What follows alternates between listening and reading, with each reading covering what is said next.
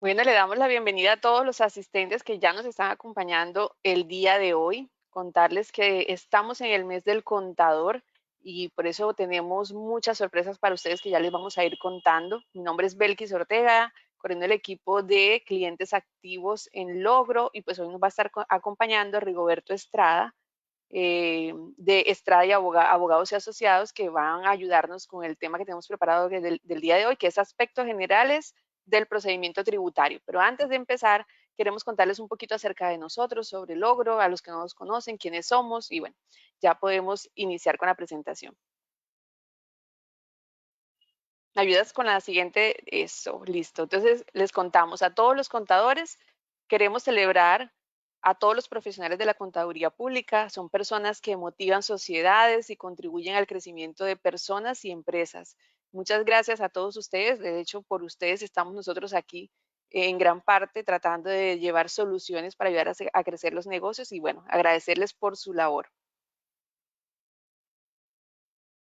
Por otro lado, tenemos una agenda académica todo el mes de marzo para contadores, el que también empresarios, emprendedores, auxiliares de contabilidad y con su celular pueden escanear este código QR que ven acá en la pantalla para que tengan acceso y se puedan inscribir a todas las capacitaciones, a los webinars que hemos traído. Tenemos con mucho cariño preparado para todos. Esta agenda académica es del 1 al 31 de marzo. Logro, ¿qué les cuento? Logro es más que un software de facturación o de contabilidad. Tenemos soluciones y productos para lo que necesiten. Tenemos un software para las pymes, que es un ERP que lleva facturación, inventarios, cartera, compras, contabilidad. Tenemos otra solución que es Restobar para aquellas empresas que están dedicadas a, no sé, restaurantes, bares, cafeterías, panaderías. Es un software muy intuitivo, touch. Ustedes pueden ir ahí marcando los productos que van a facturar, les maneja comanda. Además, maneja la receta de los productos, es súper bueno para ese tipo de negocios. También tenemos nómina que hace la liquidación completa de los empleados, liquida primas, cesantías, vacaciones, hace todo el control de la nómina para que ustedes puedan despreocuparse y cumplan con las normas y la obligatoriedad, tranquilos de que Logro se encarga de hacer todos los cálculos por ustedes. Y finalmente tenemos un software que es Logro Enterprise, es un software que está más bien dirigido para las medianas y grandes empresas, un software muy robusto, muy completo, porque hemos tratado de tener como un abanico de posibilidades para que ustedes todo lo encuentren con nosotros. Y bueno, más soluciones, más crecimiento. Contarles un poquito también sobre nosotros, qué pueden hacer con Logro. Logro es mucho más para tu negocio.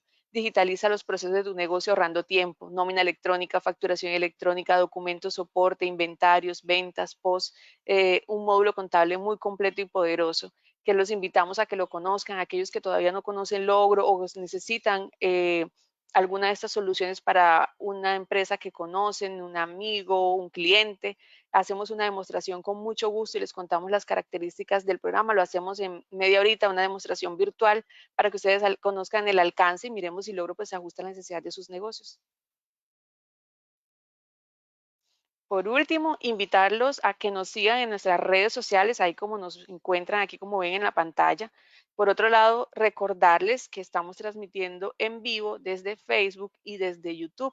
Si se quieren conectar por ahí o invitar a un amigo, un colega que también participe, asista a este webinar, lo pueden invitar. También recordarle a que nos sigan las redes y que ahí va a estar la transmisión en vivo. Y también recordarles que el certificado de asistencia le llega solo a aquellos que se inscriban desde nuestra plataforma. Pueden entrar en la página de Logro y ahí pueden hacer la inscripción o pueden entrar a nuestras redes sociales donde constantemente también estamos publicando estos webinars. Entonces el seminario llegará el día de mañana a aquellos que se hayan inscrito desde la plataforma webinar, desde nuestro registro de inscripción, y ahí les va a llegar más o menos para esta misma hora el video con la grabación y el seminario, el certificado de asistencia, perdón, a los que hayan participado de todo el seminario. Y bueno, creo que ya es momento de dejarlos en muy buenas manos con Rigoberto para que iniciemos esta mañana con todo lo que se le tiene preparado. Aspectos generales del procedimiento tributario. Hola Rigoberto, buenos días. ¿Cómo estás? Hola Belkis, buenos días. Muchas gracias por la invitación a Logro y a todas las personas que hacen parte de este equipo. Es un gusto para mí poder estar nuevamente después de un año con ustedes, en esta ocasión compartiendo sobre los aspectos generales de los procedimientos, del procedimiento tributario. Y bueno, yo creo que ya están viendo mi pantalla, ¿cierto? Sí, Rigoberta, ya la podemos ver. Ah, listo. Bueno, entonces voy a ampliar acá. Y aquí. Listo. Bueno, esta es la publicidad que ya muy amablemente Belkis nos compartió ahorita. Y hoy les acompañamos desde Tributa. Ustedes nos pueden seguir en redes sociales como Tributa-bajo para Instagram, y allí pues ya están los enlaces para las demás redes sociales, Facebook y demás. Es una empresa que se dedica a la prestación de servicios tributarios, contables y jurídicos. Entonces, desde el día de hoy pues vamos a estar compartiendo sobre este importante tema. Bueno, la tabla de contenido. Vamos a ver 8 temas, ¿sí? En el cual primero hablaremos del derecho administrativo versus el derecho tributario. Después definiremos una definición de algunos conceptos, ¿sí? Definición de conceptos y oficios por parte de la DIAN. Vamos a ver la relación del Código de Procedimiento Administrativo y lo Contencioso Administrativo versus el Código General del Proceso. Después, el inicio de la actuación administrativa por parte de la DIAN, unas definiciones importantes que debemos tener claro, el proceso de aforo, el proceso sancionatorio y finalmente recurso de reconsideración y término de notificaciones. Entonces, de manera general, vamos a abordar cada uno de estos 8 aspectos y vamos a empezar por el primero. Entonces, el derecho administrativo. Como sabemos, hay diferentes tipos de derecho, ¿sí? Y uno de ellos es el derecho, a ver, que se me... listo, derecho administrativo. Y es aquella rama del derecho público que regula la relación entre Estado y los particulares, entonces, en términos generales. Pero a su vez, podemos decir que el derecho administrativo tiene un hijo, ¿sí? Que es el derecho tributario. Y aquí en este escenario, pues ya es la rama del derecho público que regula qué tipo de relación, ya de una manera específica, entre el Estado y aquellas personas que se denominan desde el punto de vista legal como contribuyentes. Entonces, el derecho administrativo lo podemos ver regulado conocidamente en el CEPACA, Ley 1437 de 2011, Código de Procedimiento Administrativo, lo contencioso administrativo, cuando se llega a la parte de la vía judicial, ¿sí? Es decir, se ha agotado la parte administrativa de discusión vamos a hablar de la DIAN, que es como la entidad a nivel nacional, pues entonces todo se va a llevar a cabo el procedimiento de discusión y demás vía judicial a través de este código, Ley 1437 del 2011. Y lo que no esté regulado allí, pues de manera subsidiaria se va a llevar a cabo en el Código General del Proceso. Ahora, a su vez, pues hay una jerarquía normativa a nivel nacional. Y antes de uno poder conocer este procedimiento tributario, es importante uno hacer las cosas bien desde la base, ¿sí? Como contadores es importante que podamos conocer que hay una jerarquía normativa a nivel nacional, en la cual en primer lugar está la Constitución Política de Colombia y a su vez los tratados internacionales que se incluyen dentro de la misma, que se conocen como bloque de constitucionalidad, ¿sí? Después siguen las leyes estatutarias, siguen las leyes orgánicas y las leyes ordinarias que tiene especial relación con nosotros, ¿sí? Quienes trabajamos en el campo tributario, pues es a través de esta ley ordinaria que se lleva a cabo una reforma tributaria y existen también en respectivo orden los decretos con fuerza de ley.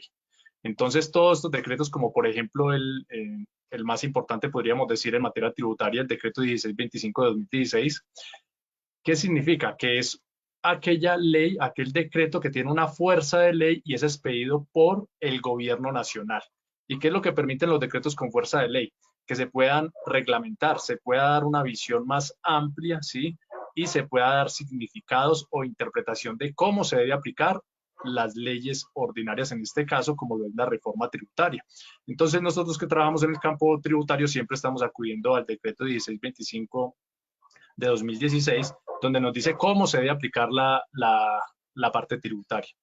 Después están otros tipos de decretos y las resoluciones. Entonces, en ese orden respectivo, cada una de estas normatividades tiene que ir cumpliendo con la norma que está por encima, ¿sí? Bueno, ahora, es bien importante que los contadores o las personas que trabajan en este ramo, a la hora de consultar y demás la normatividad, podamos hacerlo en las fuentes confiables. He visto muchas veces que, por ejemplo, colocamos en Google, voy a salir acá de la presentación, colocamos en Google estatuto tributario, por ejemplo, y vamos y abrimos una página, cualquier página. Entonces, normalmente uno ve mucho que las personas van y abren esta página y pues realmente no es la página que nosotros deberíamos acudir, ¿sí? Debemos ir a la Secretaría del Senado, ¿sí? A la página del Senado, Estatuto Tributario. ¿Y esto con el fin de qué? De que podamos ver la norma actualizada. Entonces acá ustedes van a ver que dice Diario Oficial, número tal, y es la página oficial donde podemos ver el estatuto tributario y de esa manera pues poder tener la normatividad allí. Ahora, hay otra página que les recomiendo que es importante que podamos acudir, como lo es del Gobierno Nacional del Estado, que se llama Sistema Único de Información Normativa. Entonces, aquí ustedes van a poder ver la norma de manera actualizada. Van a ver diferentes tipos de norma, constitución, acto legislativo, ley, decreto único, estatuto, resolución, circular conjunta. Y pues son las fuentes fidedignas donde podemos acudir y descargar la normatividad. Ahora, para el caso de las sentencias y demás, pues acudir a las páginas de las altas cortes, ¿no? Y vamos a ver por aquí, en esta parte, también a nivel nacional, pues encontramos el estatuto tributario. Entonces, si bien la ley 1437 regula todo lo que es el derecho administrativo, pues nosotros debemos ir a la norma especial para la parte tributaria, que es el estatuto tributario, el decreto 627 de 1989. Ahora, el libro quinto es el que trata del procedimiento tributario y es desde el artículo 555 al artículo 869, aproximadamente 314 artículos. Ahora, a nivel municipal y departamental, los estatutos pues deben ir en concordancia con el estatuto a nivel nacional. Solo hay una salvedad que hay que realizar al respecto. La ley 383 de 1997 en el artículo 66 y la ley 788 de 2002 en el artículo 59 permite que los estatutos municipales o departamentales, o en este caso distritales para el caso de Bogotá, puedan reducir, ¿sí? Los términos contemplados en el Estatuto Nacional. Entonces nosotros debemos tener muy presente cuando vayamos a asesorar tributos de carácter municipal o departamental, qué es lo que dice el Estatuto de Rentas de ese municipio o departamento. Por ejemplo, a nivel nacional, para interponer el recurso de reconsideración, pues hay 2 meses, ¿sí? A partir de que el contribuyente es notificado. Y la DIAN tiene 1 año, dentro de 1 año, para poder responder a ese recurso de reconsideración. Puede que en un municipio, dependiendo del municipio o del departamento, pues la liquidación oficial de revisión, para dar un ejemplo, el recurso de reconsideración, digamos que sea un término de 1 mes y la administración tenga un tiempo de hasta 6 meses para responder dicho recurso. Entonces, nosotros tenemos que estar muy pendientes de ello a la hora de poder asesorar.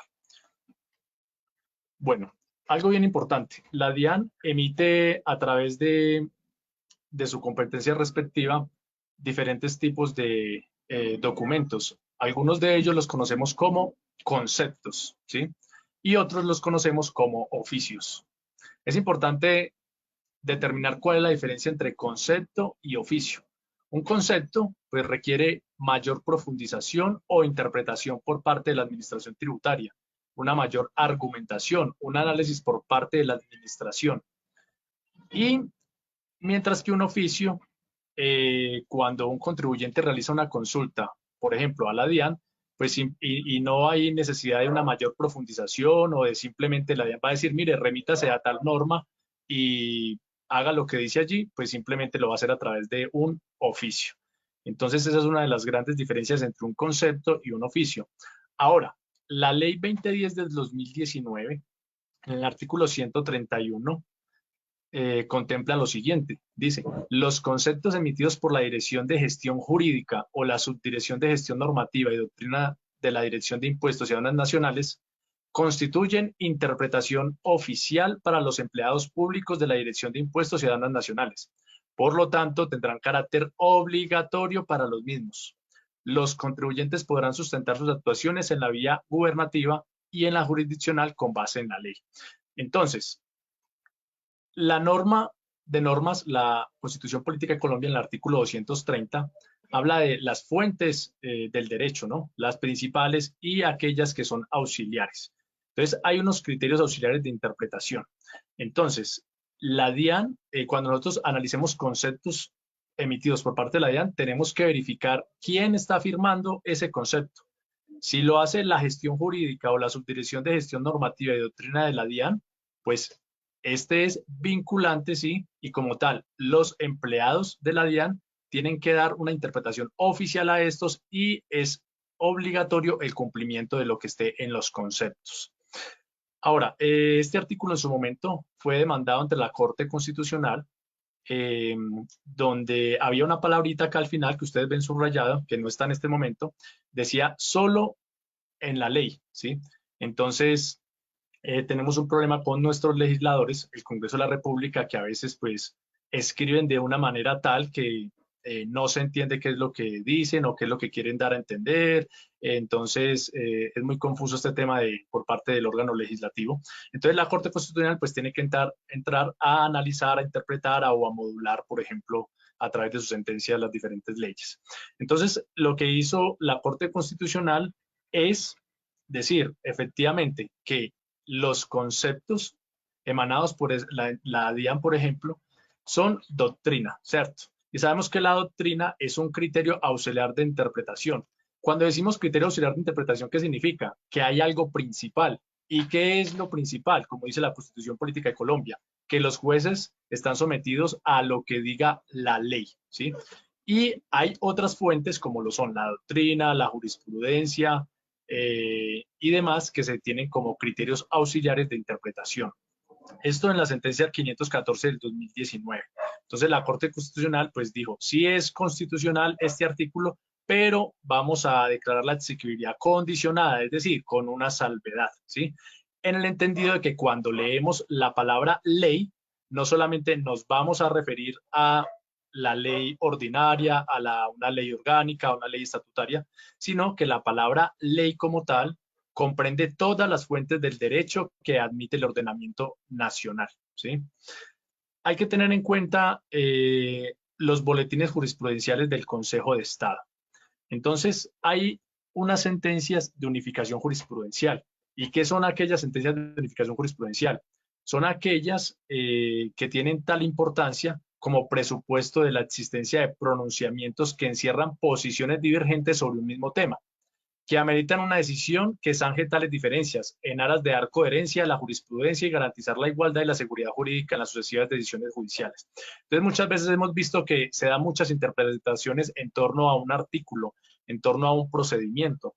Entonces, la DIAN dice una cosa en un concepto, otros asesores dicen otra cosa, la ley se puede entender de una manera o la otra. Entonces, es en esos casos donde el Consejo de Estado, como máximo órgano de lo contencioso administrativo, es quien a través de las sentencias de unificación jurisprudencial zanja aquellos temas que tienen cierta relevancia a nivel nacional y que amerita que pueda ser tema de discusión a través de una sentencia de unificación. Y para darles un ejemplo de ello, tengo aquí, vamos a mirar, hay una recomendación, hay unos boletines jurisprudenciales en la página del Consejo de Estado que ellos cada mes emiten un boletín jurisprudencial. Entonces no podemos estar pendientes a toda hora de las sentencias que emanan de las altas cortes.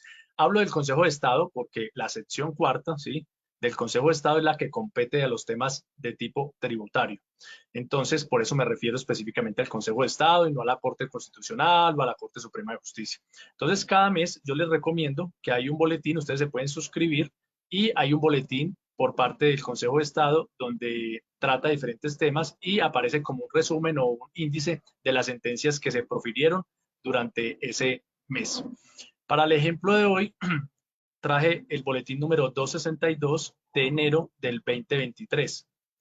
En este boletín hay una sentencia muy interesante, ¿sí? Donde, por ejemplo, dice que la sección cuarta del Consejo de Estado unificó la jurisprudencia en relación con el plazo para corregir las declaraciones tributarias a efectos de enmendar errores de imputación de saldos a favor en los términos del artículo 43 de la Ley 962 de 2005. Ustedes saben que el artículo 589 del Estatuto Tributario contempla que cuando se va a aumentar un saldo a favor en una declaración tributaria, pues el contribuyente cuenta con el término de un año, ¿cierto? Y la Ley 962 de 2005 en su artículo 43, pues dice lo siguiente. Entonces uno coloca en paralelo con el artículo 589 y uno dice, bueno, entonces aquí ¿qué aplico? El artículo 589 del Estatuto Tributario que me dice que yo tengo hasta un año para aumentar el saldo a favor en la declaración tributaria, o voy a aplicar el artículo 43 de la Ley 962. ¿Qué hago yo? ¿Qué dice el artículo 43 de la Ley 962? Cuando en la verificación de cumplimiento de obligaciones de los contribuyentes responsables, agentes de retención y demás declarantes de los tributos se detecten inconsistencias en el diligenciamiento de formularios prescritos para tal efecto, tales omisiones o errores en el concepto del tributo en el tributo que se cancela, por ejemplo, si se coloca mal el año, el periodo gravable, a oficio de la administración a solicitud de parte, sin que haya una sanción, ¿sí? Se puede corregir este tipo de errores en las declaraciones, ¿sí? Entonces colocamos mal el año gravable, el NIT del contribuyente no corresponde a la persona que realmente tiene que ver con la declaración, el periodo gravable. Y lo que dice ese artículo 43 es que no hay sanción por ello, ¿sí? Y dice lo siguiente, la corrección se podrá realizar en cualquier tiempo. Entonces, dice, siempre y cuando, ¿sí? Entonces, la norma contempla que siempre y cuando no vaya a variar el saldo a pagar. Entonces, yo me coloco en ese dilema. Se me pasó el año del artículo 589 del Estatuto Tributario y debo reflejar un saldo a favor o aumentar el saldo a favor, ¿cierto? Imputar un saldo a favor del periodo pasado. Entonces yo digo, uy, se me pasó un año, ¿qué hago? Y la ley 43, ley 962 del artículo 43 dice que en cualquier tiempo. Pues de eso se trata una sentencia de unificación. Lo que hizo el Consejo de Estado es colocar en paralelo la ley 962 de 2005 con el artículo 43 y el artículo 589. Y finalmente, ¿qué dice el Consejo de Estado? El contribuyente puede, ¿sí?, imputar esos saldos a favores año a año, a pesar de que haya pasado ese año que contempla el artículo 589 del Estatuto Tributario. Entonces, mire que allí hay un ejemplo en el cual uno podría decir, el Estatuto Tributario es norma especial sobre la Ley 962, pero mire que no aplica siempre de esa forma. Por eso tenemos que estar pendientes de los pronunciamientos de las altas cortes. Bueno, algo bien importante, el CEPACA, ¿sí? Es norma especial de lo contencioso administrativo. Es la ley por la cual se rige todo lo que tiene que ver con la parte contenciosa administrativa. Entonces, todo lo que ustedes tienen que ver con reparaciones directas, nulidad de restablecimiento del derecho, entre otros medios de control, tiene que ver con este código. Y menciona el artículo 306 del CEPACA, o sea, Código de Procedimiento Administrativo de lo Contencioso Administrativo, Ley 1437 de 2011, que lo que no esté regulado en este código, para cuando ya vamos a una discusión de tipo judicial, ¿sí?, se va a someter a lo que esté reflejado en el Código de Procedimiento Civil. Pues ya sabemos que el Código de Procedimiento Civil dejó de existir y en su lugar tenemos el Código General del Proceso, que es la Ley 1564 del 2011. Entonces, eso para que lo tengamos en cuenta. En cuanto al régimen probatorio en la parte procedimental tributaria, pues es lo que esté expresamente regulado en este código y si no, pues lo que esté en el Código General del Proceso. Por excelencia en materia tributaria, afortunadamente, ¿cierto? Las pruebas que se suelen utilizar pues son documentales, ¿sí? Entonces, estados financieros, la contabilidad del contribuyente, las mismas declaraciones tributarias, una prueba pericial, etcétera. A diferencia de otras ramas del derecho, donde convergen otros tipos de pruebas, en la parte tributaria, pues todo básicamente gira alrededor de temas documentales o pruebas documentales. Ahora, el inicio de la actuación administrativa. ¿Cómo inicia una actuación administrativa? ¿Sí? Hay dos etapas, ¿sí? La vía administrativa, que se da en discusión con la DIAN, ¿sí? Y hay otra, que es la parte judicial. Primero hay que agotar la etapa administrativa, ¿cierto? Salvo algunos casos que ya los veremos más adelante. Entonces, primero, ¿cómo inicia la actuación administrativa? De oficio. La misma, vamos a decir la DIAN, ¿sí? Para ejemplos prácticos me voy a referir a la administración tributaria de tipo nacional, pero aplica a nivel municipal o departamental respectivamente. De oficio, la misma administración a través de un acto administrativo o a través de una carta persuasiva, por ejemplo, sí, que ya hablaremos de ello, me da a conocer una situación que se está presentando conmigo como contribuyente. A petición de parte, ¿sí? Alguien también de manera anónima radica una denuncia en la página de la DIAN, o quienes obran en cumplimiento de un deber legal. Entonces, una compulsa de copias, ¿sí? Entonces, por ejemplo, la UGPP, ¿sí? Envía un reporte a la DIAN o hay un cruce de información. Entonces, estos son algunos ejemplos de cómo inicia la actuación administrativa. Ahora, por parte del contribuyente, presenta una declaración tributaria, realiza una solicitud de un saldo a favor o un pago de lo no debido, un pago en exceso, o cuando yo actualizo mi RUT, allí estoy iniciando una actuación administrativa, estoy dando una información a la DIAN, ¿sí? Entonces, por ejemplo, yo me coloco como exportador de servicios en la casilla 53, yo coloco la responsabilidad de exportador de servicios. Entonces, eso sirve de conocimiento para la DIAN más adelante poder auditar o poder requerirme. Si yo coloco una responsabilidad en mi RUT, y pasa cierto tiempo y no se manifiesta que yo estoy actuando en sintonía con aquella actividad económica, pues eso puede dar pie, el registro único tributario, lo que esté contemplado allí, para que la administración pueda iniciar una actuación administrativa. Ahora, hay dos vías, la etapa administrativa y la etapa judicial. Primero se debe agotar la vía administrativa. Solo hay unas excepciones y en este caso vamos a hablar de cuando se presenta un tema de un requerimiento especial, que ya lo veremos en otra diapositiva. Entonces, esta manifestación de la administración se da a través de ¿qué? Diferentes instrumentos jurídicos. Uno de ellos son actos administrativos, pero dentro de los actos administrativos hay diferentes tipos de actos administrativos y nosotros debemos ser conscientes de qué tipo de acto administrativo me está emitiendo la administración tributaria.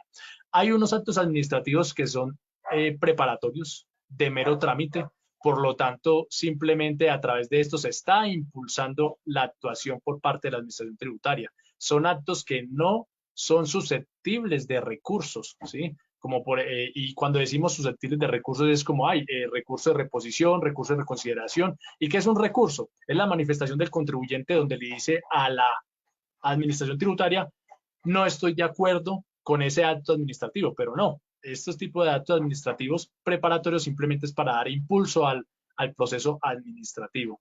Hay otro tipo de actos administrativos que ya son definitivos, ¿sí? Y otorgan, crean, modifican o extinguen situaciones jurídicas.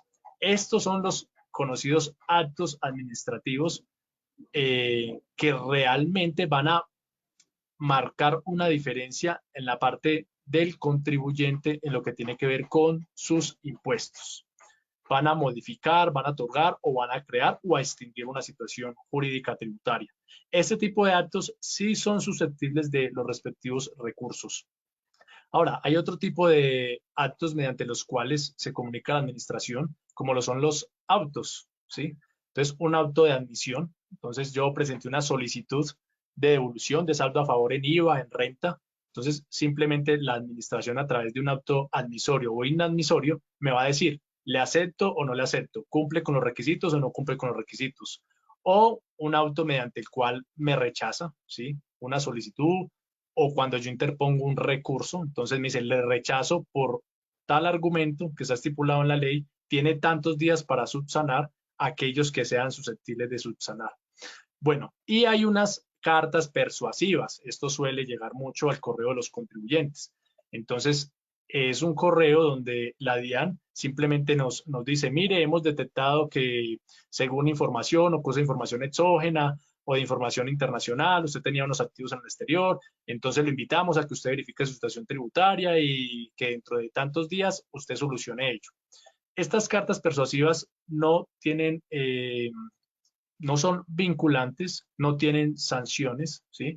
Pero son una alerta importante para el contribuyente. Debemos tener cuidado con estas cartas persuasivas, porque la administración tributaria no tiene la obligación. Es que a veces escuchamos a los contribuyentes o a personas que dicen, yo estoy esperando que me llegue una carta persuasiva. Es que la DIAN, la administración, tiene la obligación de enviarme una carta persuasiva. No, esto simplemente podemos tomarlo como un obsequio por parte de la administración. No está en la obligación de decirnos, ojo, pilas, hemos detectado que posiblemente usted no está cumpliendo sus obligaciones tributarias. Lo invitamos a que usted se coloque al día.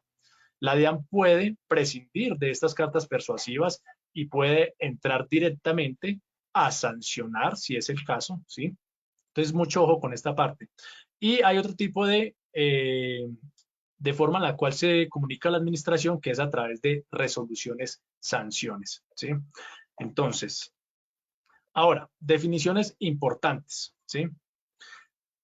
Debemos entender qué es un requerimiento especial, qué es una liquidación oficial de revisión, qué es una liquidación de aforo, y esto para poder determinar en qué etapa o bajo qué características propias de cada uno de estos actos nosotros vamos a responder a la administración. Entonces, salvo que la administración tributaria profiera una liquidación provisional, según el artículo 724 del Estatuto Tributario, ¿sí? Aplican diferentes formas en las cuales la administración tributaria se va a comunicar con el contribuyente. Una de ellas es requerimiento especial, otra es liquidación oficial de revisión, otra es liquidación de aforo.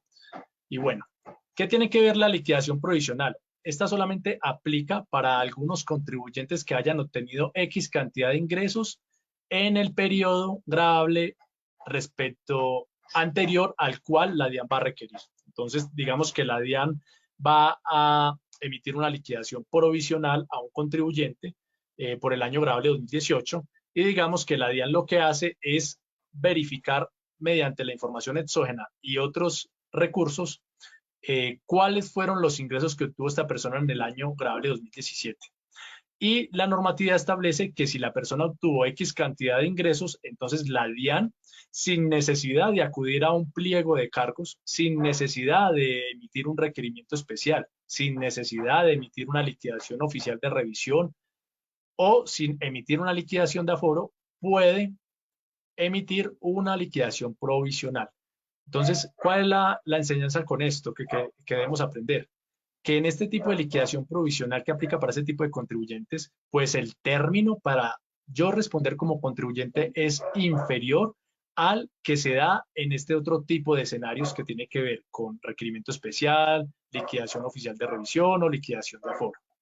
Bueno, ya realizadas esas salvedades, vamos a ver en qué caso, ¿sí? La DIAN, a través de un requerimiento especial, pues se da a conocer ante el contribuyente que debe colocarse al día en sus impuestos o debe corregir. Entonces, el requerimiento especial es un acto administrativo preparatorio, ¿sí? Ya hablábamos de que los actos administrativos preparatorios no son susceptibles de recursos. ¿Qué es lo que realiza la administración a través de un requerimiento especial? Una invitación provocada a que, por ejemplo, el contribuyente corrija su declaración tributaria. Entonces, la administración le dice, mire, hemos detectado que usted presentó su declaración de renta año gravable 2021 a través del requerimiento especial. Le sugerimos, ¿sí?, que usted corrija su declaración. Usted no tuvo en cuenta estos ingresos. Usted debió tener en cuenta estos valores. Usted debió aplicar la siguiente sanción. Y es fundamentada, es decir, cada uno de los aspectos que va a mencionarnos la administración en este requerimiento especial debe estar fundamentado. Es uno de los principios constitucionales y legales a través de los cuales deben cumplir la administración pública o sustentar sus argumentos, debe ser fundamentado. Ahora, ¿qué pasa con el contribuyente? El contribuyente puede elegir responder o no responder a la DIAN, ¿sí? Y en el caso de que el contribuyente no responda dentro del término a la administración, entonces el siguiente paso es que la administración va a emitir una liquidación oficial de revisión, ¿sí? ¿Y qué pasa en este punto? La administración dice, bueno, yo en su momento lo requería a usted, ¿cierto? A través de un acto administrativo que se conoce como requerimiento especial. Le sugerí que cambiara su declaración de renta, que la modificara, pero usted hizo caso omiso. Y tampoco pues respondió ni dijo como no estoy de acuerdo por esto y aquello. Entonces yo, ya tengo la facultad de emitir una liquidación oficial de revisión. Y de manera a mutuo propio, la administración va a modificar la declaración. Previo a llegar a la liquidación oficial de revisión, es decir, entre el requerimiento especial y entre la liquidación oficial de revisión, debe cumplirse con unos presupuestos normativos que se conoce como emplazamiento, ¿cierto? Artículo 715 del Estatuto Tributario. Y ustedes saben que una cosa es el emplazamiento antes de declarar o después de declarar, y también la administración va a recurrir a esta sanción por no declarar. Entonces, previo a la liquidación oficial de revisión, tienen que cumplirse estos presupuestos normativos del 715 y el 643, es decir, el emplazamiento con las respectivas consecuencias que trae ello, ¿no? Sabemos que no es lo mismo modificar una declaración de renta o presentar una declaración de renta sin ser emplazados a si la administración me emplaza. Y peor aún, si me sanciona por no declarar. Entonces tengo que tener en cuenta esto. Listo, entonces, después de emitir la liquidación oficial de revisión por parte de la administración, lo que va a pasar a continuación es que yo puedo tomar tres decisiones, una de tres decisiones. Primero, guardar silencio. Segundo, aceptar la liquidación oficial de revisión. O tercero, interponer el respectivo recurso de reconsideración. ¿Sí? O, acá hay una salvedad, el famoso per saltum, el único parágrafo que hay en el artículo 720 del Estatuto Tributario. O, si yo di respuesta al requerimiento especial en su momento, yo puedo omitir el paso 3. ¿Y cuál es el propósito? Recordemos que si la persona interpone el recurso de reconsideración, pues esto va a implicar un término, ¿sí? Esto va a llevar a que la DIAN pues tome hasta dentro de un año para responder ese recurso. Entonces, bajo algunas estrategias jurídico-tributarias, el contribuyente, para ganar tiempo, ¿sí?, en que se resuelva ese recurso de reconsideración ante la administración tributaria, puede tomar la decisión de decir, no voy a interponer el recurso de reconsideración. Listo. Voy a aplicar lo contemplado en el parágrafo único del artículo 720. ¿Y qué es lo que voy a aplicar? Voy a acudir directamente a la vía judicial a través de uno de los medios de control estipulados en el CEPACA. ¿Y cuál es ese medio de control? Nulidad y restablecimiento del derecho. Entonces, ¿qué va a hacer el contribuyente? Voy a irme directo a lo contencioso administrativo ante un juez contencioso administrativo y voy a pedir que se declare, a solicitar que se declare la nulidad de ¿qué? De los actos administrativos, como son el requerimiento especial y la liquidación oficial de revisión, y voy a decirle al juez, señor juez, esos actos administrativos, esa liquidación oficial de revisión es nula. ¿Y qué significa que sea nula? Es decir, que no cumple con los presupuestos normativos, ¿sí? Y estas nulidades están taxativamente en la norma.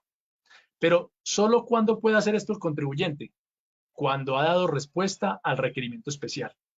Si el contribuyente no dio respuesta en su momento al requerimiento especial, pues no va a poder omitir el paso 3. Lo único que le queda es interponer el recurso de reconsideración, agotar la vía administrativa, va a demorar más tiempo y una vez haya agotado la vía administrativa, ahí sí puede acudir a la jurisdicción de lo contencioso administrativo. Ahora, la liquidación de aforo. ¿Cuál es la diferencia de la liquidación de aforo a la liquidación oficial de revisión? Artículo 707 del Estatuto Tributario. La diferencia es que la liquidación oficial de revisión aplica cuando el contribuyente sí ha declarado, ha presentado su declaración, ¿sí? Mientras que la liquidación de aforo, el contribuyente no ha presentado ninguna declaración. Entonces, igualmente se debe cumplir este presupuesto, emplazamiento y sanción por no declarar antes de llegar a la liquidación de aforo.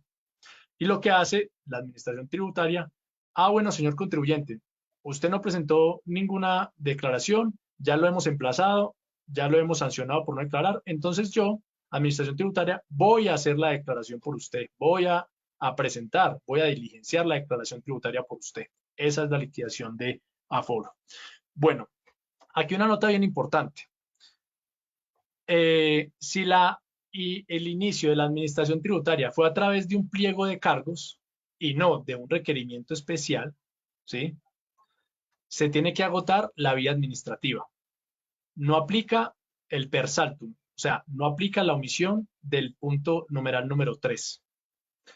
¿Y cuándo es que la administración tributaria va a iniciar su actuación administrativa a través de un pliego de cargos y va a quedar catalogado en el acto administrativo como tal, como pliego de cargos? Pues hay unos términos, ¿sí? Que son 2 años. Pero ocurre que la administración tributaria en algunos casos, pues dentro de esos 2 años al vencimiento que tenía el contribuyente para presentar la declaración, no audita al contribuyente, entonces si se pasan esos 2 años, pues la administración tributaria ya no va a poder hacerlo a través de un pliego de cargos. Entonces acude a otros mecanismos o otros actos administrativos que ya hemos mencionado, ¿sí? Pero si se da ese inicio de la administración tributaria a través de un pliego de cargos, se debe agotar la vía administrativa. Yo no puedo aplicar el famoso per saltum, acudir a la jurisdicción de lo contencioso administrativo. Entonces, en resumidas cuentas, ¿qué es lo que me determina o no para yo saber si obvio el paso número 3? Si fue que la administración se pronunció o me llamó la atención a través de un requerimiento especial. Esa es la clave. ¿Listo?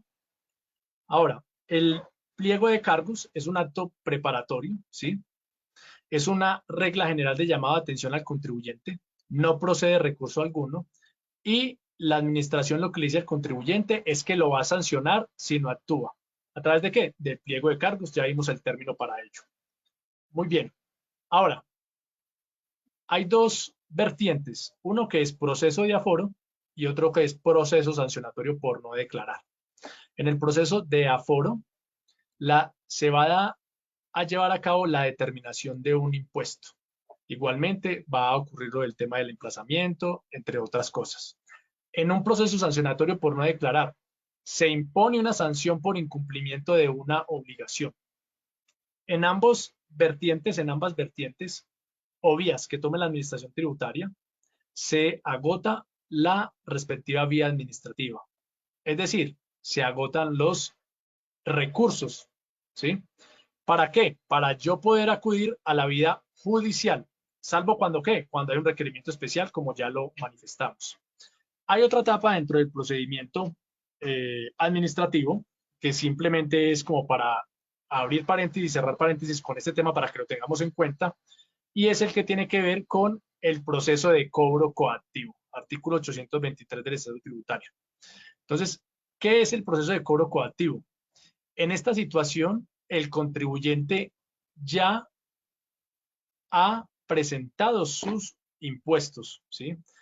Y en este caso lo que hace la DIAN es exigir, ¿sí?, que el contribuyente cumpla con la deuda que tiene con el fisco. Entonces yo presenté mi declaración tributaria, la firmé, la presenté electrónicamente porque era tenía esa característica de que tenía que ser de manera electrónica para el caso particular mío como contribuyente. Entonces, esa declaración que ya está firmada, está presentada, se constituye en un título ejecutivo. Es decir, hay una obligación clara, expresa y exigible. Lo que en otro campo o rama del derecho civil se conoce como presta mérito ejecutivo, ese contrato, esa letra de cambio, ese cheque, ¿sí? Presta mérito ejecutivo. ¿Qué significa? Que hay una obligación clara, expresa y exigible. Hay una obligación clara de que Pepito Pérez le debe a, en este caso, ¿a quién? Al Estado. Le debe el monto de X cantidad de dinero y le debió pagar en tal fecha. Clara, expresa y exigible. Cumple con todas las características. Entonces, la administración va a tener esta declaración que hace las veces de un título ejecutivo y lo que va a proceder es a hacer exigible su pago. ¿Y a través de qué? Embargos. Entonces, las cuentas bancarias en los límites permitidos por la ley, secuestro de bienes inmuebles, por ejemplo, ¿cierto? Entonces, tengo una propiedad, la DIAN puede, a través de los respectivos procesos de cobro coactivo, que se inscriba esa medida cautelar en la Oficina de Instrumentos Públicos del embargo y secuestro de ese bien inmueble o de un vehículo, ¿sí? Y su posterior remate de estos bienes inmuebles y bienes muebles. Entonces, para que lo tengamos en cuenta. Ahora, hay que tener en cuenta dentro del proceso de cobro coactivo que las deudas también prescriben, ¿cierto? Así como hemos escuchado. Es que la letra de cambio o el pagaré, si yo firmé que iba a pagar en tal fecha y después de que pasa determinada cantidad de tiempo o de años, ¿cierto? Prescribe la deuda. ¿Qué significa? Que la persona que ostente este título ejecutivo en el momento que vaya a demandarme y hacer exigible el pago de esa suma de dinero, por ejemplo, no siempre es dinero, pero vamos a colocar el ejemplo de que sea una suma de dinero, yo voy a decirle al juez, excepción, señor juez, esa deuda prescribió, es decir, castigue al acreedor. En este caso, digamos que la administración tributaria no se salva de esto, también está incluida dentro de estos términos. Tiene un tiempo, ¿cierto? ¿De qué depende ese tiempo? Por regla general, son 5 años. Ahora, por regla general, aplican ¿desde cuándo? Desde la fecha de vencimiento que tenía el contribuyente para presentar la declaración. Salvo otras circunstancias, porque si la declaración se presentó de manera extemporánea, si se corrigió la declaración, si yo realicé una solicitud de devolución de saldo a favor en renta o en IVA, pues entonces la prescripción, dependiendo de todos esos momentos, va a empezar a correr en determinadas épocas. Y hay otra parte que tiene que ver con la caducidad de la acción, que no debemos confundir con la prescripción, ¿sí? Entonces, la prescripción es el tiempo que se tiene para cobrar la deuda, ¿cierto? Prescriben los derechos. Y la caducidad de la acción es el tiempo que yo tengo para ejercitar el aparato jurisdiccional, para promover desde el punto de vista procedimental determinada acción jurídica para hacer efectivo el pago de una deuda. Hay otras cosas que debemos tener en cuenta, la firmeza desde las declaraciones y las excepciones para cuando todo lo que tiene que ver con el proceso de cobro coactivo. Esto a modo de mención para que lo tengamos en cuenta. Bueno, recurso de reconsideración. El artículo 720 del Estatuto Tributario pues establece que contra los actos administrativos definitivos. ¿Y cuáles son ejemplos de aquellos actos administrativos definitivos? Una liquidación oficial de revisión. ¿Cuándo aplica la liquidación oficial de revisión? Cuando el contribuyente ya presentó la declaración tributaria y lo que va a realizar la DIAN, en este caso, por el ejemplo, es modificar esa declaración, ¿cierto? Eso, liquidación oficial de revisión, ¿qué es? Un acto administrativo de carácter definitivo, por lo tanto, admite el recurso de reconsideración. Las resoluciones, sanciones, ¿cierto? Como por ejemplo, sanción por no declarar. Mediante un acto administrativo que se denomina resolución sanción por no declarar, la administración me impone la respectiva sanción por no haber cumplido con este deber legal. Las liquidaciones oficiales de aforo. ¿Cuándo son las liquidaciones oficiales de aforo? Cuando el contribuyente no ha presentado declaración. Allí es donde la administración mutuo propio emite o presenta la liquidación por el contribuyente, ¿cierto? Por ejemplo, otro tipo de liquidaciones que ordenan el reintegro de sumas devueltas o niegan las solicitudes de devolución, entre otras. ¿Cuál es el plazo? 2 meses a partir de la notificación. ¿Quién debe interponer el recurso de reconsideración? El contribuyente. Pero si es un apoderado, ¿cierto? Tiene que ser abogado. Entonces, por regla general, puede hacerlo el contribuyente. El contribuyente no tiene que ser abogado.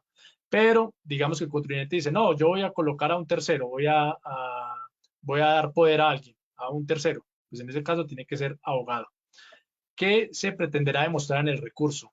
Pues la nulidad de esa liquidación oficial de revisión, de esa liquidación oficial de aforo y el decaimiento por llamarlo de alguna manera, de los actos administrativos previos a esa liquidación oficial de revisión.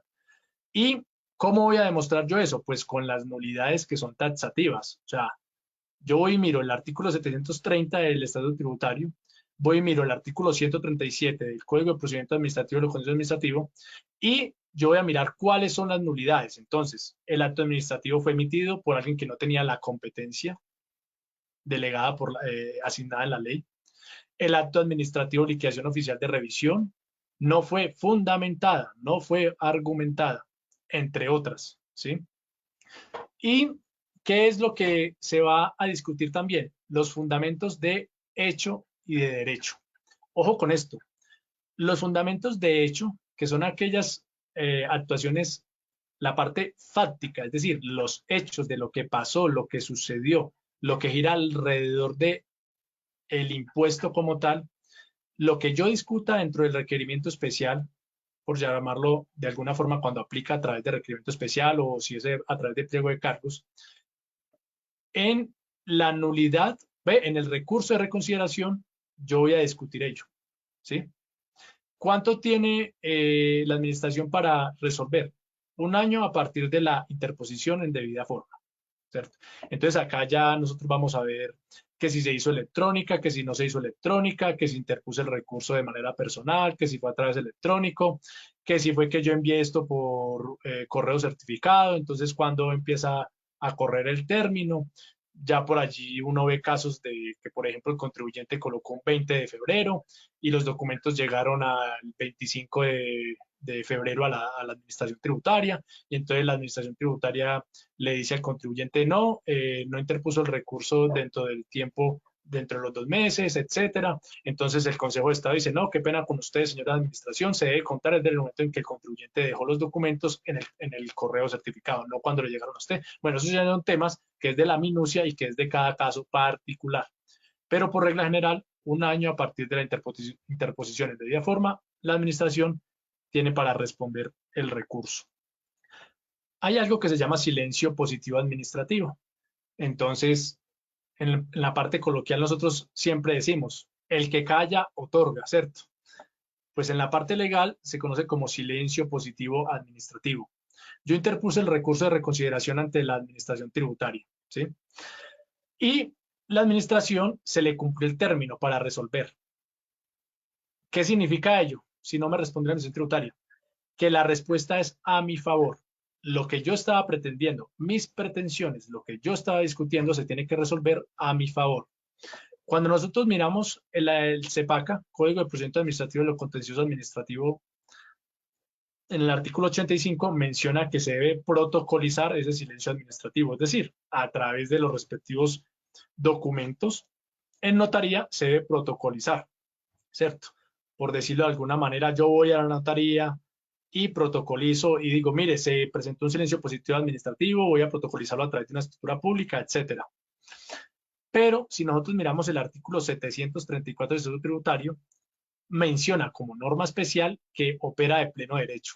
Es decir, el contribuyente no tiene que ir a notarías a realizar ningún trámite para asentar o para finiquitar o para que se consolide ese silencio administrativo positivo, ¿sí? Es decir, a mi favor. Entonces, aquí para que lo tengamos en cuenta, una cosa es regla general, artículo 85, para otros tipos de procesos, como por ejemplo una reparación directa, ¿sí?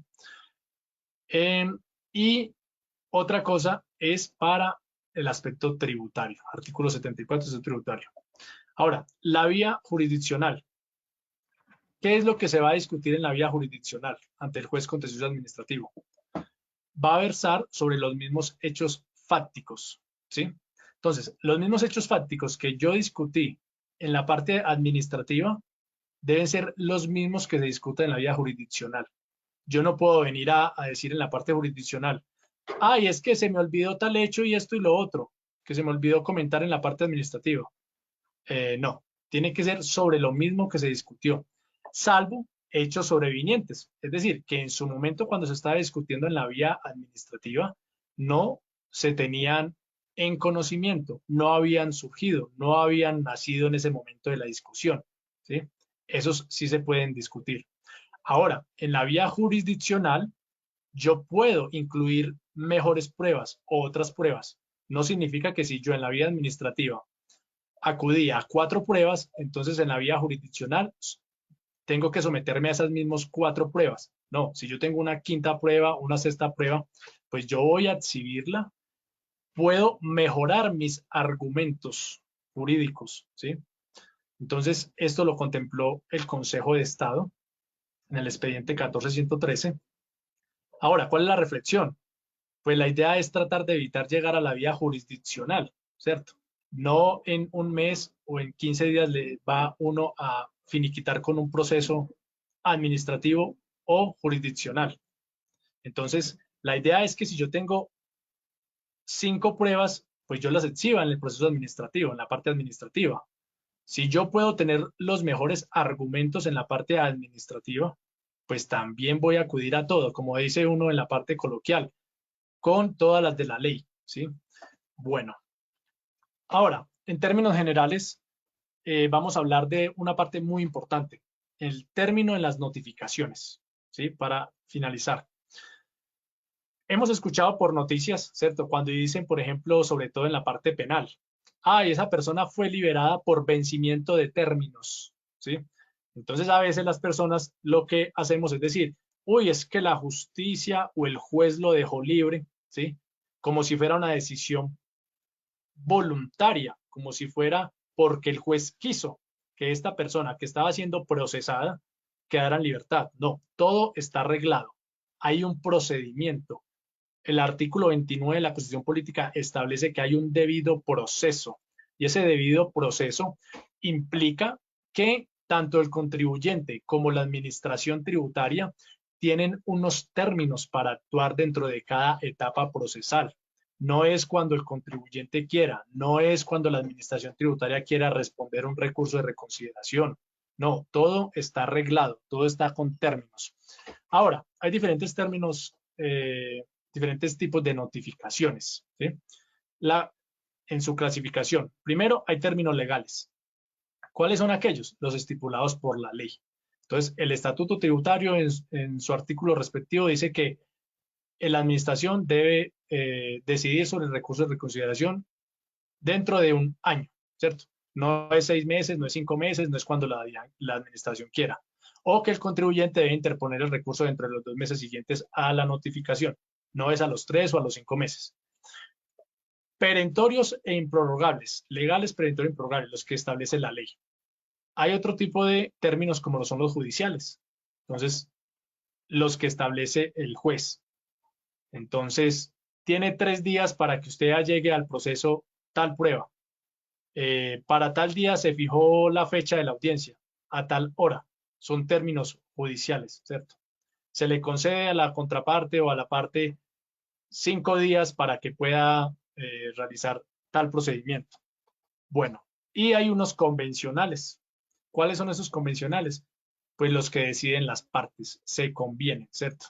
Entonces, usted me va a vender su vehículo, yo le voy a comprar su vehículo, los dos estamos de acuerdo en que va a ser el 15 de marzo a las 9 de la mañana en la notaría 58. ¿Listo? Esos son los términos convencionales. Bueno, las notificaciones.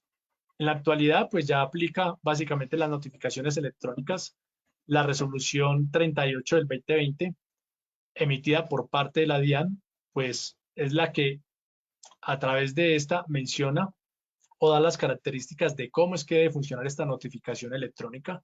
La pueden apuntar allí para que la tengan presente, ¿sí? Ahora, recuerden lo que hemos hablado. No todo lo que diga la administración tributaria significa que tiene que ser de esa manera, ¿sí? Entonces, nosotros al momento de leer un concepto tributario, un oficio, un decreto reglamentario, nosotros tenemos que comparar ello con que vaya en concordancia con la ley y la Constitución, ¿sí? Bueno, regla general. Por regla general, los términos empiezan a correr desde el día siguiente hábil de ser notificados, ¿sí? Entonces, para efectos tributarios, pues lo que aplica es que si yo fui notificado el día de hoy, tengo 5 días, ¿sí? Y después de esos 5 días empieza a correr el término para yo responder. Entonces, tengo 2 meses para responder al requerimiento especial, para decir estoy de acuerdo o no estoy de acuerdo. si es que voy a responder, no tengo la obligación. Entonces me llega la notificación hoy, yo cuento 5 días y después de esos 5 días ya empieza a correr el término de los 2 meses, ¿sí? Ahora, cuando la norma habla de días, hay que entenderlos como hábiles, por regla general, ¿sí? Entonces, si me dicen, tiene 5 días, pues son 5 días hábiles. Si es en temas de meses, días o años, el artículo 118 del Código General del Proceso, pues menciona que se debe contar es de corrido. Entonces, 13 de febrero tiene un mes, me dice la administración, tiene un mes para que me responda, tiene 15 días para que me llegue esta información. Entonces, si es en el tema de meses, días o años, es de día a día. Si empezó el 13 de febrero, ¿cuándo termina? El 13 de marzo. Y pues que se cuentan sábados, domingos, festivos. Si ese 13 de marzo cae festivo, ejemplo, pues entonces el día hábil siguiente. Bueno, eso es de manera general todo lo que tiene que ver con aspectos generales del procedimiento tributario. Ya cuando tenemos los casos específicos de determinados contribuyentes, pues uno se enfoca en aquello y es un poco más fácil la comprensión, ¿no? Porque yo ya sé, la administración me está llamando a través de, me está haciendo un llamado de atención a través de un requerimiento especial. Lo estoy haciendo a través de un pliego de cargos. Hay una liquidación provisional, hay una liquidación oficial de revisión, hay una liquidación de aforo. Entonces yo ya voy y estudio la normatividad respectiva para cada una de estas situaciones. Muchas gracias por el tiempo. Ahorita vamos a la parte de preguntas y antes de ello, no olviden por favor seguirnos en redes sociales, lo que podamos prestar el servicio con mucho gusto desde la firma. Nos pueden encontrar en Instagram como tributa_bajo y allí ya están los enlaces para las demás redes sociales. Ahora seguimos con el tema de las preguntas. Rigoberto, muchísimas gracias por este espacio tan maravilloso que nos acabas de brindar. Vamos a iniciar entonces con la sección de preguntas. Les recuerdo a las personas que están acompañándonos a través de Facebook Live y YouTube Live que también pueden participar en la sección de preguntas a través de la cajita del chat. Ok, vamos a iniciar entonces con Juliet Gallardo que nos dice: muy buenos días, por favor, quiero preguntar si el impuesto de industria y comercio y el impuesto predial, ¿qué tipo de sanciones se les aplica? Además, si se cobran intereses moratorios. Así es. Primero, si estamos hablando del impuesto de industria y comercio, debemos verificar el municipio que tiene que ver con este impuesto, ¿sí? Y aplican las mismas sanciones que conocemos a nivel nacional. Entonces, sanción por no declarar, sanción por extemporaneidad, sanción por corrección, inexactitud. Todo este tipo de sanciones aplican como está en el Estatuto Tributario Nacional, pero como mencionábamos en la charla, debemos verificar el Estatuto de Rentas Municipal para ver los términos, ¿sí? Por ejemplo, en industria y comercio, la sanción es inferior a la que conocemos en la parte nacional, ¿sí? De las 10 VTs. Entonces, dependiendo del municipio, pues va a haber una sanción mínima que puede variar respecto a nivel nacional. Y en cuanto al predial y demás, claro que sí, para todos los impuestos, pues van a aplicarse los respectivos intereses legales, ¿sí? Intereses corrientes, intereses moratorios, y pues se deben pagar en su momento de reconocer como tal el impuesto y de presentarlo. Muchas gracias, Rigoberto. Vamos a continuar con Milvia del Rosario, que nos dice: muy buenos días. Si voy a solicitar una devolución de saldo a favor de persona natural, en el año 2015 el valor de las retenciones declaradas es mayor a lo certificado, ¿puedo corregirla? Muchas gracias. ¿Me repite la pregunta, por favor? Claro que sí, nos dices: voy a solicitar una devolución de saldo a favor persona natural y en el año 2015 el valor de las retenciones declaradas es mayor a lo certificado. ¿Puedo corregirlo? Muchas gracias. Bueno, ahora, ese saldo a favor es en renta o en qué, ¿sí? Supongo que es en renta. Ahora, si el valor declarado es mayor, o sea, lo que hay que mirar es la realidad tributaria, ¿sí? La realidad tributaria. Yo no me puedo guiar por el certificado, no me puedo guiar por lo que declaré, sino cuál fue la realidad tributaria. ¿Quedó mal la declaración o quedó mal el certificado? Ahora, hay que mirar el término que hay para poder corregir las declaraciones, ¿cierto? Son 3 años, ¿sí? Si estamos hablando de año grabable de 2018 en adelante, pues son 3 años en el cual se adquiere la firmeza, ¿cierto? Ahora, si es de 2017 hacia atrás, pues son 2 años la firmeza de las declaraciones. Y hay que mirar, si por ejemplo es en renta, que estamos hablando, ya el usuario no manifestó allí, digamos que yo voy a imputar saldos a favor en renta, ¿no? Entonces yo puedo traer un saldo a favor desde el 2011 hasta el 2020 y yo he estado imputando ese saldo a favor año a año que se produce a través de una retención en la fuente. Entonces, como hablábamos con la sentencia de unificación, ¿sí? Entonces, si es para imputar desde el 2011 hasta la fecha, no hay ningún problema si no varía el saldo a pagar. Entonces hay que mirar el caso específico, el tipo de declaración, si es de renta, si es de IVA, cuál es la realidad tributaria del certificado y qué fue lo que se declaró. Muchas gracias, Rigoberto. Vamos a continuar con Jainer Luis Guerra, que nos dice, muy buenos días. Si hay un acto comisorio de un tributo hipoconsumo del 2018 que no se cumplió, ¿se deberá realizar sanción por extemporaneidad sin emplazamiento o solo presentar la declaración y pagar intereses?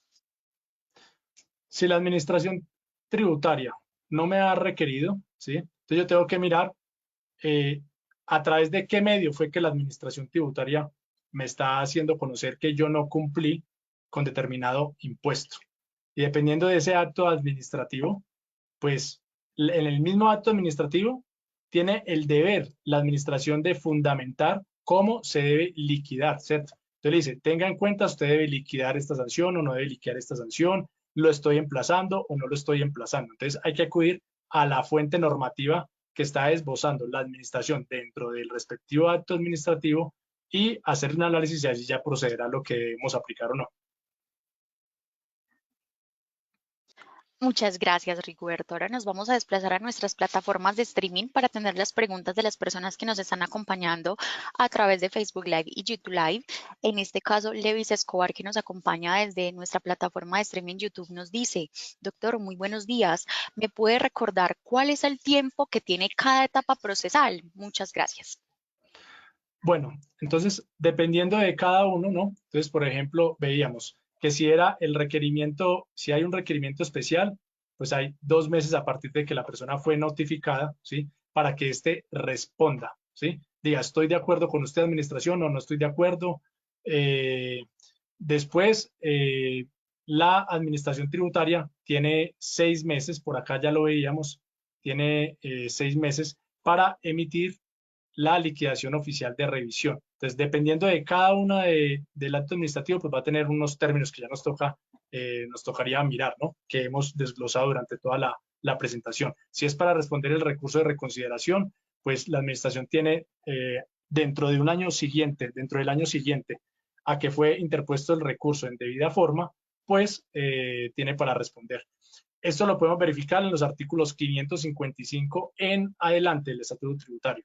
Allí podemos ver por el artículo 700 algo, pues se establece cada uno de los términos dependiendo de lo que sea el acto administrativo o de la etapa procesal en la que nos encontremos. Muchas gracias. Continuamos con Amido Humberto Castillo, que nos dice, doctor, muy buenos días. ¿Una liquidación provisional emitida por la DIAN tiene el mismo efecto de la liquidación oficial? Muchas gracias.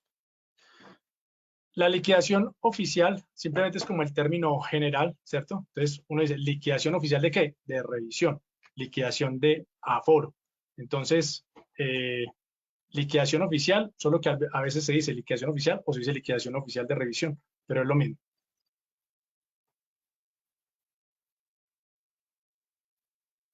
Muchas gracias, Rigoberto. Continuamos con Carol Andrea Chávez, que nos dice, muy buenos días. Si en el 2020 la empresa realizó un pago en exceso, ¿es posible solicitar la devolución o ya se vencieron los términos? ¿Y cuál sería ese proceso para solicitar dicha devolución? Muchas gracias. Bueno, el Código Civil establece que aplica el mismo término para la prescripción, ¿cierto? De las deudas. Y en este caso, ¿quién me debe? La administración tributaria. Entonces, así como la prescripción puede jugar a favor del contribuyente, también puede jugar a favor de la administración. Entonces son 5 años, si es del 2020, todavía está dentro del término para poder reclamar a la DIAN ese pago en exceso o pago de lo no debido. Estos procedimientos se hacen a través de correo electrónico, del correo electrónico que está registrado en el Registro Único Tributario del Contribuyente. La persona debe enviar un correo electrónico, sacar una cita virtual y le responde la administración a través de un correo electrónico y le dice, mire, envíeme los soportes, el motivo por el cual usted está pidiendo ese pago en exceso o pago de lo no debido. Y lo que sí va a hacer el contribuyente es desde el mismo correo electrónico que está registrado en el RUT. Entonces, pide esa devolución a la administración y todo se hace de manera virtual. Y adjunta las respectivas pruebas del caso, ¿no? Como, mire, voy a pedir ese pago en exceso porque yo presenté la declaración, no tuve en cuenta unas deducciones o calculé mal acá, bueno, entonces ya las respectivas pruebas. Muchas gracias, Rigoberto. Continuamos con Karen Anzola, que nos dice, buen día. Cuando se hace un cobro coactivo y no lo adjudican, ¿cómo se procede? ¿A qué se refiere con que no lo adjudican cuando se hace un cobro coactivo? Bueno, no sabemos qué respondió la persona y no. No entiendo Sí, cuando Karen, si dice de aquí. pronto nos puedes explicar mejor un poquito tu pregunta, procedemos a leerla. Listo, muchas gracias. Vamos a continuar con Marta Romero, que nos dice, ¿cuánto tiempo le consta a la DIAN para hacer una corrección de renta, ya que se hace una corrección porque hay una diferencia en el patrimonio se corrigió del año 2020 a 2021, ya que la diferencia fue lo que se reportó en Secretaría de Hacienda, fue por autoavalúo? Bueno, el término para poder corregir una declaración son 3 años, ¿cierto? 3 años a partir de qué? Para que adquiera la firmeza. ¿Qué entendemos por firmeza? Es aquella situación jurídica donde se consolida o donde queda blindada la declaración. ¿Queda blindada para qué? Para que tanto el contribuyente como la administración tributaria no puedan modificar la declaración. Entonces, lo que hay que mirar es esos 3 años. Si es de declaración de renta año grabable de 2018 en adelante, son 3 años. Y si es de 2017 hacia atrás, son 2 años. Estamos hablando del 2020, creo que escuché. Entonces se puede corregir, ¿sí? ¿Por qué? ¿Cuándo se presenta? El 2021. Entonces, digamos que el contribuyente va a presentar año grabable 2020. ¿Cuándo es la fecha máxima para que el contribuyente presente declaración de renta año 2021? Digamos que el 15 de agosto para este contribuyente. ¿Desde cuándo empieza a correr los 3 años de firmeza? Desde el 15 de agosto en adelante, ¿sí? Y si hay una corrección por patrimonio, recuerden que hay una sanción por corrección que no hay necesidad de imputarle sanción, es decir, un monto a pagar por corregir. Si es solamente por patrimonio, no debe ir ninguna sanción, salvo que el patrimonio sea de tal magnitud que vaya a pagar impuesto por patrimonio. Pero la mayoría de contribuyentes, si no pasan de 2.000, 3.000 millones de pesos de patrimonio líquido, es decir, el patrimonio bruto menos las deudas, queda el patrimonio líquido. Si no pasa de 3.000 millones aproximadamente, pues no tiene que pagar impuesto por ello. Lo único es mirar la declaración de renta si le aplica renta presuntiva o no le aplica renta presuntiva, que eso es para efectos de tener el cálculo. Pero pues no debió haber, si digamos que el patrimonio es inferior, patrimonio líquido, es decir, patrimonio bruto, la suma de los activos menos las deudas, no superan los 2.500, 3 millones de pesos, simplemente pues corrige el patrimonio y no imputa ninguna sanción, a menos que la administración tributaria le esté sancionando de entrada, ¿no? Diga, mire, usted en su patrimonio no tuvo en cuenta esto, entonces lo voy a sancionar. Pero normalmente eso no pasa, siempre hay cartas persuasivas, siempre la administración le dice a uno, mire, su patrimonio no concuerda con lo que está en la exógena de la Secretaría de Hacienda. Y en el tema de avalúo, recuerden que el Estatuto Tributario establece para el caso de bienes inmuebles que yo debo reportar fiscalmente valor patrimonial de los bienes inmuebles, el mayor valor entre el precio de adquisición, avalúo o autoavalúo. El Estatuto Tributario lo contempla de esa forma. El mayor valor de estos tres, ¿de cuál? Lo que me valió el bien. precio de adquisición. Entonces, en la escritura pública quedó que valió 200 millones. Avalúo o autoavalúo. Para el caso de grandes ciudades como Bogotá, por ejemplo, pues el avalúo está muy semejante o está muy cercano a la realidad, ¿sí? Pero hay otros municipios pequeños donde el avalúo es demasiado pequeño y entonces el contribuyente no puede decir, yo voy a colocar 20 millones de avalúo, pero en la escritura pública el bien valió 80 millones. Yo debo colocar el mayor valor entre estos tres. Muchísimas gracias, Rigoberto. Continuamos con las personas que nos acompañan a través de YouTube Live y nos deja Lewis Escobar una pregunta. Nos dice, ¿los términos que se utilizan para llegar a la vía administrativa también se utiliza para los procesos de la UGP? Bueno, en cuanto al tema de UGPP, ya habría que mirar la normatividad. La verdad no manejo ese tema de la UGPP. Lo que sí sé es que hay cruce de información. El Estatuto Tributario establece cruce de información. Entonces, cuando son contribuyentes, por ejemplo, independientes, ¿cierto? Sabemos que los independientes que reciben ingresos por honorarios, por servicios o que llevan a cabo actividades industriales o comerciales, pues van y reflejan unos ingresos en el impuesto de industria y comercio. Y después van a presentar su declaración de renta y en uno colocan 100 millones y en el otro colocan 50. Entonces, hay cruce de información y dice, bueno, ¿usted qué pasó? ¿Por qué a la Secretaría de Hacienda usted está diciendo que ganó 50 y en la declaración de renta está diciendo que ganó 100? Y la UGPP comparte información con ellos y miran cuáles fueron los ingresos no constitutivos de renta ni ganancia ocasional, que son cuáles, salud y pensión, ¿cierto? Entonces, si no coinciden, si yo coloqué 100 millones en el industria y comercio y en declaración de renta hoy coloco 100 millones, pero en ingresos no constitutivos, que es un beneficio mediante el cual se depura la base gravable, ¿sí? Para la que dé una renta líquida, yo coloco inferior a lo que debí cotizar por esos 100 millones de ingresos, pues la UGPP sí tengo el riesgo de que me requiere, me diga, ¿usted por qué reflejó 100 millones de ingresos y solamente pagó salud y pensión como si hubiera ganado 50? Muchas gracias, Rigoberto. Karen ya nos explica un poco mejor su pregunta para darle la oportunidad de ser asesorada. Nos dice que ella quería decir que se tiene una deuda con la DIAN desde el 2012 y se podría caducar tanto en persona jurídica como en natural. Listo, hay que mirar. Por ejemplo, decimos, listo, es una deuda del 2012. Entonces, digamos, la persona presentó declaración de renta año agravable 2012. O si está hablando de 2012 es porque la presentó en 2013, ¿cierto? Entonces, digamos, esta persona tenía que presentarla 2012, en 2013, digamos el 15 de agosto, por ejemplo. Desde el 15 de agosto en adelante, la administración tributaria tiene 5 años si la presentó en oportunidad, es decir, declaración inicial, ¿cierto? No estamos hablando de corrección ni extemporánea. Digamos que la presentó declaración inicial en tiempo oportuno. La administración tiene 5 años para hacer exigible esa deuda. ¿A través de qué? De un proceso de cobro coactivo. Hay algunas circunstancias bajo las cuales la administración tributaria puede interrumpir o puede suspender términos.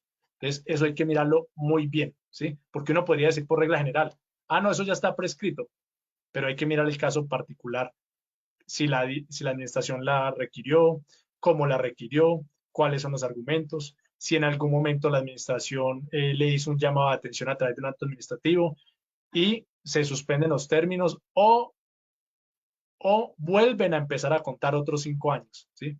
Porque por regla general, no, es que son 5 años y ya no. Dependiendo de algunas actuaciones, esos términos se suspenden o se interrumpen. Y en uno o en otro caso, vuelven a empezar a contar los 5 años. Muchas gracias, Rigoberto. Continuamos con Jusmar Córdoba, que nos dice, muy buenos días. Muchísimas gracias por la oportunidad de participar en este seminario. Tengo una pregunta. ¿Cuál es el proceso que se debe utilizar para una persona natural, según el procedimiento tributario, para ponerse al día con sus obligaciones de impuesto de renta de los años 2020 y 2021? Adicionalmente, ¿aplicará algún tipo de beneficio a la luz de la ley 2277 del 2022? Muchas gracias. Listo. Entonces, lo primero que tiene que hacer el contribuyente, pues es tener acceso a la plataforma mediante la cual se realizan las declaraciones tributarias, el MUISC. Para poder tener acceso al MUESCA, pues tiene que tener un RUT, Registro Único Tributario.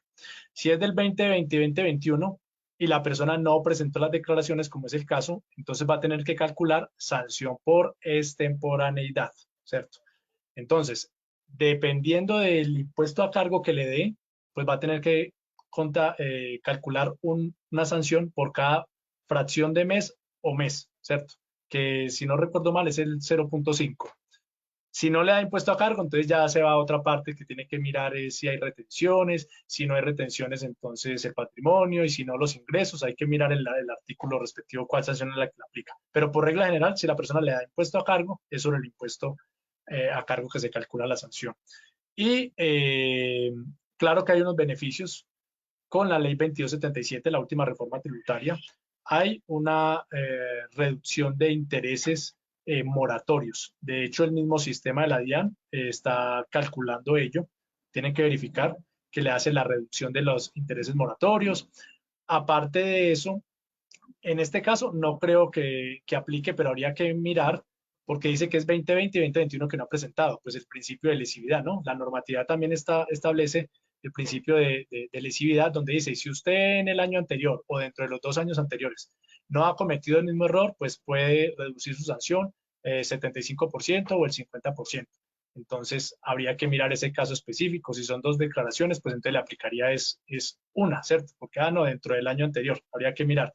En este caso, si son dos declaraciones, pues yo creía que no le aplica el principio de lesividad porque mire que la norma dice, si dentro de los 2 años anteriores o dentro del año anterior, y como son 2 declaraciones, pues que no presentó, entonces no le aplicaría. Pero habría que mirar respecto al año 2019. Pero sí, tiene beneficio de intereses con la reforma tributaria, hasta ahorita a mitad de año, si no recuerdo mal, y calcula sanción por extemporaneidad, y hay que mirarlo del principio de lesividad. Eso pues ya lo hace la persona que le vaya a hacer la declaración, las declaraciones de renta. Rigoberto, muchísimas gracias. Te cuento que finalizamos nuestra sesión de preguntas para cumplir con el tiempo estipulado del seminario. Lamentamos a las personas que no pudimos leer su pregunta, pues eran bastantes y el tiempo es limitado, pero tratamos de darle respuesta a las que más se repetían o a las que podíamos llegar a un mayor número de personas. Muchísimas gracias, Rigoberto, por acompañarnos nuevamente en Logro. Esta es tu casa, siempre tienes el espacio abierto y gracias también a las personas que separaron este ratico de su mañana para acompañarnos el día de hoy. Rigoberto, ¿nos una conclusión, una recomendación, algún mensaje para finalizar? No, muchas gracias, Luisa, a usted y a todo el equipo de Logro que estuvo muy pendiente. La verdad, me sentí muy, muy bien con todas las personas que trabajaron dentro de este equipo para que el día de hoy pudiéramos llevar a cabo esta charla. Y agradecerles por la atención y espero que pues, la información que hemos compartido el día de hoy pueda ser de gran valor para ustedes. Es de manera general, ¿sí? Ya cuando se ve cada caso específico es que se entra a mirar las minucias y no olviden por favor seguirnos en nuestras redes sociales como en Instagram como tributa_bajo y que tengan un excelente día. Muchas gracias. Muchas gracias nuevamente, Rigoberto. Te lo vuelvo a recordar. Tienes el espacio abierto siempre en Logro para que vengas a brindarnos información de valor y compartir tu conocimiento con nuestros asistentes. Muchas gracias nuevamente por acompañarnos en este marco del mes del contador. Aprovecho para recordarles que en pantalla tienen un código QR que ustedes van a poder escanear. Al escanearlo los va a llevar a una página donde van a poder ver todos los seminarios que tenemos durante el mes del contador, porque en Logro no lo celebramos solo un día, sino todo el mes. Hemos preparado una amplia agenda con maravillosos seminarios como el que acabamos de tener el día de hoy. Todos los días tenemos más de 20 seminarios a lo largo de este mes totalmente gratis para que ustedes se inscriban y aprendan de la mano del Logro y de los panelistas tan maravillosos que tendremos a lo largo de este mes. Entonces, escanea el QR y separa tu cupo de una vez en todos los webinars a los que creas o quieres asistir. Separa este espacio de una vez ya que los cupos son limitados y aprovecho también para contarles que tenemos concursos para los contadores, tenemos contenido especial de valor para todos ustedes en nuestras redes sociales para que también aprovechen y nos sigan. Nos encuentran como Tu Logro en YouTube, en LinkedIn, en Instagram, en Twitter y en Facebook. Muchas gracias nuevamente por acompañarnos el día de hoy. Nos vemos mañana. Mañana también tendremos un webinar bastante interesante. Los invito entonces a que escaneen ese QR para que se inscriban de una vez al seminario de mañana. Que tengan un excelente día y nos vemos en una próxima ocasión. Hasta luego.